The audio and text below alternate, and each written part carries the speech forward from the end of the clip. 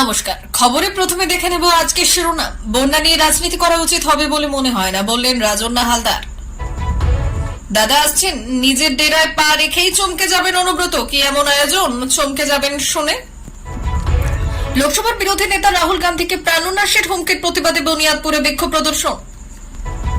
ডিসেম্বরে 11 লক্ষ পাকা বাড়ি বন্যা দুর্গতদের জন্য বড় ঘোষণা মমতার। পশ্চিমবঙ্গ প্রদেশ যুবক কংগ্রেস সভাপতি আজহার মল্লিকের নেতৃত্বে ধিক্কার মিছিল বুনিয়াদপুরে। মমতার যা দায়িত্ব তা করে দেখালেন শুভেন্দু। এবার ঘাটালে পৌঁছে বড় পদক্ষেপ বিরোধী দলনেতার। ফের বেলাগাঁও জেলা তৃণমূল সভাপতি। হরিয়ানা নির্বাচন, বিজেপির হার সরকার গড়ার পথে কংগ্রেস। Big breaking. প্রধানের সই জাল করে সম্পত্তি হাতিয়ে নেওয়ার অভিযোগ তৃণমূলের গ্রাম পঞ্চায়েত সদস্যের বিরুদ্ধে। দুয়ারে উপহার, অভিষেকের নতুন উদ্যোগ পুজোর আগে ভোটারদের জন্য। তৃণমূল বিধায়ক নির্মল ঘোষকে আরজিকর কাণ্ডে জিজ্ঞাসাবাদের জন্য ডাকা হলো সিজিও কমপ্লেক্সে।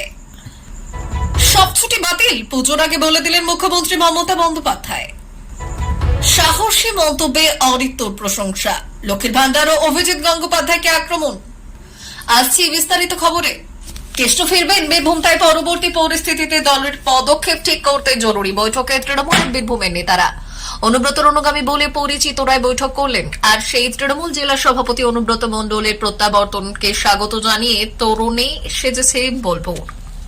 বিশাল কাট আউট লেগেছে সেই তরুণী। পাশাপাশি দিল্লিতে রয়েছেন তার ঘনিষ্ঠরা। কেষ্ট যখন জেল থেকে বের হবেন তখন গেটেই তাদের অপেক্ষায় থাকার কথা। সেখানে থাকতে পারেন অনুব্রত কন্যা সুকন্যাও। তিনিও কিছুদিন আগেই জেল থেকে ছাড়া পেয়েছেন। দিল্লিতে রয়েছেন প্রাক্তন জেলা পরিষদের কর্মাধ্যক্ষ কেরেম খান ও জেলা পরিষদ সদস্য প্রদীপ ভকত। বীরভূমের তৃণমূল জেলা সভাপতি অনুব্রত মণ্ডলের আপাতত জেল মুক্তিতে তার অনুগামীরা তৎপর। তিনি ফিরলে কিভাবে তাকে স্বাগত জানানো হবে, দলীয় কাজ কিভাবে ফের তার হাতেই তুলে দেওয়া যায় তা নিয়ে গোপন বৈঠক শুরু হয়ে গিয়েছে একাধিক জেলায়। সেই বৈঠকে যোগ দিচ্ছেন অনুব্রতর বিরুদ্ধে মামলাকারী দুবরাজপুরের স্থানীয় নেতা শিব ঠাকুর মণ্ডলও। তারপর তিনি সেখান থেকে কখন বীরভূমে ফিরবেন, আজ রাতে নাকি আগামীকাল, সেই নিয়ে বেশ জল্পনা শুরু হয়েছে। সন্দীপের মোবাইলে এমন কি লুকোনো আছে, সিবিআইয়ের বিস্ফোরক দাবি। আরজিকর কাণ্ডে নয়া মোড়। মঙ্গলবার জেলা সফরে বীরভূম আসছেন মুখ্যমন্ত্রী মমতা বন্দ্যোপাধ্যায়। দীর্ঘদিন পর জেলার উন্নয়ন নিয়ে বৈঠক করতে জেলায় আসছেন। রবিবার মুখ্যমন্ত্রী দপ্তর থেকে তা চূড়ান্ত করা হয়েছে। লোকসভা নির্বাচনে সাঁইতিহায় জনসভা করে গিয়েছিলেন, তবে জেলা সভাপতি অনুব্রত মণ্ডল না থাকায় একবারও প্রশাসনিক বৈঠক জেলায় হয়নি। এমনকি জেলা শাসক হিসেবে বিধান রায় আসার পর গত 3 বছরে একবারও এই বৈঠক হয়নি। স্বভাবতই এই বৈঠকে যুদ্ধকালীন তৎপরতা প্রশাসনে। তবে অমর্ত্য সেনের জমি বিতর্কের সময় বোলপুর আসেন মুখ্যমন্ত্রী। মালদা যাওয়ার পথে বোলপুরে তার প্রিয় রাঙা বিতানে কাটিয়ে যান। তবে প্রশাসনিক পর্যালোচনা বৈঠক দীর্ঘদিন পর ফের বোলপুরের গীতাঞ্জলি সভামঞ্চে অনুষ্ঠিত হবে।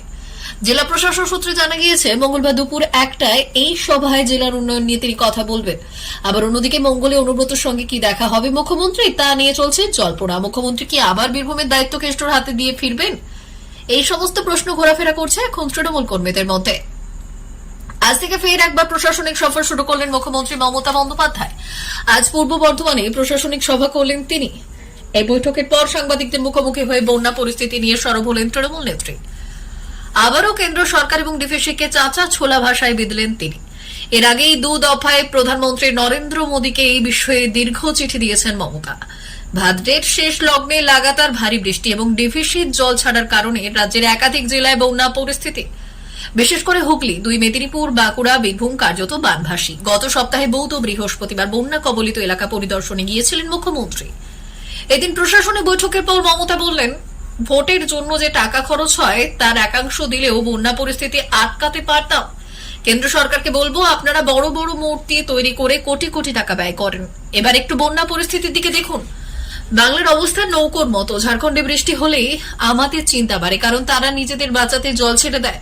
ডিভিসি কেন্দ্রীয় সরকারের অধীনে, কিন্তু আজ পর্যন্ত কোনো কাজ করেনি। সঙ্গে তৃণমূল নেত্রী আরো বললেন, শুনেছি আগামী 2 দিন আবার ভারী বৃষ্টিপাত হবে, তাহলে তো জলের ওপর জল।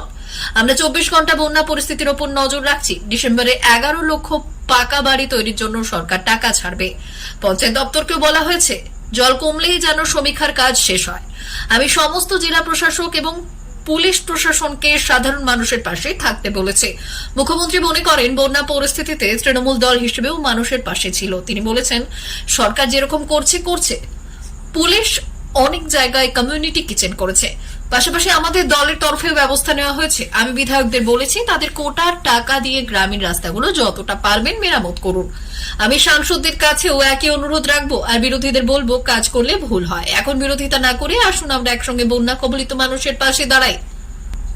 সরকারি থাকলে দায়িত্ব অনেক। বন্যা কবলিত এলাকায় গিয়ে শুধু ফটো সেশন করলে হয় না, বরঞ্চ কি করে পরিস্থিতির মোকাবিলা করা যাবে তার জন্য রণনীতি স্থাপন করতে হয়। কিন্তু যেটা এই রাজ্যের মুখ্যমন্ত্রী না করে নিজের প্রচার করার চেষ্টা করছেন বলে অভিযোগ বিরোধী দলগুলির। আর এই পরিস্থিতিতে ক্ষমতায় না থেকেও শুধুমাত্র বিরোধী দলনেতা হয়ে বন্যা কবলিত এলাকায় পৌঁছে যাচ্ছেন শুভেন্দু অধিকারী। এদিন বন্যা বিধ্বস্ত ঘাটাল এলাকায় পৌঁছে সাধারণ মানুষদের পাশে দাঁড়ানোর চেষ্টা করলেন তিনি। সূত্রের খবর, আজ ঘাটালে পৌঁছে যান রাজ্যের বিরোধী দলনেতা শুভেন্দু অধিকারী, যেখানে নিজের সাধ্যমতো দুর্গতদের সঙ্গে দেখা করার পাশাপাশি তাদের হাতে ত্রাণ তুলে দেন তিনি। একাংশ বলছেন ঘাটাল মাস্টার প্ল্যান নিয়ে অনেক প্রতিশ্রুতি দিয়েছেন তৃণমূল।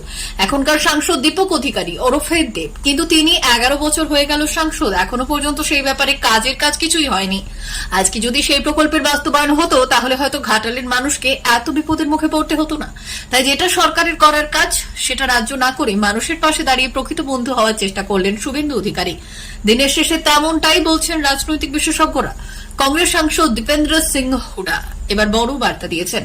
তিনি দাবি করেছেন হরিয়ানা নির্বাচনে বিজেপি কার হতে চলেছে এবং কংগ্রেস সরকার গঠনের পথে রয়েছে। তিনি বলেছেন, জনগণ পরিবর্তনের সিদ্ধান্ত নিয়েছে, কংগ্রেস বিপুল সংখ্যাগরিষ্ঠতা নিয়ে হরিয়ানায় সরকার গঠন করতে চলেছে। বিজেপি হরিয়ানাকে সম্পূর্ণ উপেক্ষা করেছে। ভূপেন্দ্র সিং হুডা এবং উদয় ভানের নেতৃত্বে দলটি এই নির্বাচন লড়ছে এবং নির্বাচনের পথে বিধায়কদের মতামত জেনে হাইকমান্ড সিদ্ধান্ত নেয়। আমাদের লক্ষ্য বিজেপিকে ক্ষমতা থেকে সরিয়ে দিয়ে কংগ্রেস সরকার গঠন করা। হরিয়ানায় আম আদমি পার্টি তেমন কিছু বলার নেই। সমস্ত কংগ্রেস নেতারা একত্রিত, আপনি তাদের এক প্ল্যাটফর্মে দেখতে পাবেন এবং তারা সবাই প্রচারও করবেন। দিলীপ মণ্ডল সম্প্রতি জানিয়েছেন যে অভিষেক বন্দ্যোপাধ্যায় পুজোর উপলক্ষে দুয়ারে উপহার কর্মসূচি নিয়ে হাজির হয়েছেন। এবার তিনি সিদ্ধান্ত নিয়েছেন ডায়মন্ড হারবার লোকসভা কেন্দ্রের ভোটারদের পুজোর পোশাক বাড়ি বাড়ি পৌঁছে দিতে। গত বছর অভিষেকের উপহার কর্মসূচির আওতায় উপহার বিতরণ অনুষ্ঠানে সাংসদ স্বয়ং উপস্থিত থাকতেন, তবে এবার তা বদলে দেওয়া হয়েছে। অভিষেকের নির্দেশে স্থানীয় মানুষদের বাড়িতে গিয়ে উপহার পৌঁছে দেবেন। রবিবার থেকে এই কার্যক্রম শুরু হয়ে গেছে এবং 2রা অক্টোবর মহালয়া দেবী পক্ষের সূচনার আগে উপহার বিতরণ সম্পন্ন করার পরিকল্পনা রয়েছে। এই উদ্যোগের মাধ্যমে অভিষেক ভোটারদের প্রতি কৃতজ্ঞতা জানাতে চান এবং তিনি মনে করেন উপহার দেওয়ার ক্ষেত্রে নেতাদের মুখোমুখি না করে বরং সাধারণ মানুষের ডোর স্টেপে পৌঁছানো উচিত। অতীতে করোনা লকডাউনের সময়েও তার অফিসের পক্ষ থেকে খাদ্য সামগ্রী বাড়ি বাড়ি পৌঁছে দেওয়ার ব্যবস্থা করা হয়েছিল। এবছর পুজোর উপহার বুথ স্তর থেকে বিতরণ করা হবে, যা তৃণমূলের স্থানীয় নেতাদের মাধ্যমে হবে।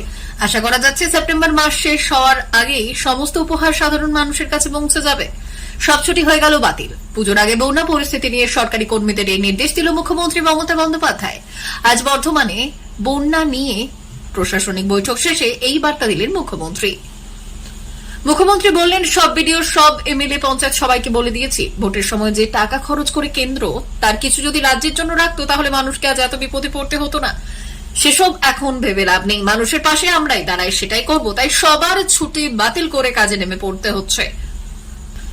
অরিত্র দত্ত বণিক, যাকে একসময় জি বাংলা ডান্সের মিষ্টি সঞ্চালক হিসেবে দেখা যেত, এখন অনেকটাই বদলে গেছেন। 23 বছরের অরিত্র মিডিয়া কনসালটেন্ট হিসেবে কাজ করছেন এবং ফিল্ম ইন্ডাস্ট্রির সঙ্গেও যুক্ত রয়েছেন। তবে ক্যামেরার পেছনে সম্প্রতি একটি সাক্ষাৎকারে তিনি পশ্চিমবঙ্গের সামাজিক ও অর্থনৈতিক পরিস্থিতি নিয়ে মন্তব্য করেন, যা সোশ্যাল মিডিয়ায় ভাইরাল হয়েছে। অরিত্র বিশেষভাবে মমতা বন্দ্যোপাধ্যায় লক্ষ্মীর ভান্ডার প্রকল্পের সমালোচনা করেছেন। তিনি জানান, এই প্রকল্পের মূল লক্ষ্য ছিল উৎপাদনের পরিবর্তে শুধু ভোগ বাড়ানো। তার মতে ওড়িশার সেলফ হেল্প গ্রুপের কনসেপ্ট সুন্দরভাবে সাজানো হলেও পশ্চিমবঙ্গ সেই দিকটি এড়িয়ে গেছে। তিনি আরো বললেন, শুধু ইনসেন্টিভ দিয়ে প্রকল্প চালানো হচ্ছে, কিন্তু ফিক্সিয়াল ঘাটতি বা বাজারের প্রকৃত বৃদ্ধির দিকে নজর দেওয়া হচ্ছে না। এই মন্তব্যে নেটিজেনরা তাকে সাধুবাদ জানিয়েছেন। অরিত্রের সমালোচনা থেকে বাদ পড়েনি বিজেপির সাংসদ ও প্রাক্তন বিচারপতি অভিজিৎ গঙ্গোপাধ্যায়। তার মতে এসএসসি চাকরি প্রার্থীদের হয়ে সিপিএম এর আইনজীবীরা বিনে পয়সায় লড়াই করছেন, কিন্তু রাজনীতিতে আসার পর অভিজিৎ গঙ্গোপাধ্যায় তাদের সেই প্রচেষ্টাকে উপেক্ষা করেছেন। এছাড়াও তিনি প্রাক্তন বিচারপতি দলের প্রতি পক্ষপাতিত্বের সমালোচনা করেন। অরিত্রের এই সাহসী মন্তব্য নেটিজেনদের একটি বড় অংশের প্রশংসা পেয়েছে। কেউ বলেছেন ছেলেটা মন দিয়ে পড়াশোনা করছে, আবার কেউ বলেছেন লক্ষ্মীর ভান্ডারের টাকা লোভে মানুষ সব ভুলে যায়। প্রিয় দর্শক, আমাদের চ্যানেলের নিয়মিত ভিডিও পেতে চ্যানেলটি সাবস্ক্রাইব করুন। ধন্যবাদ।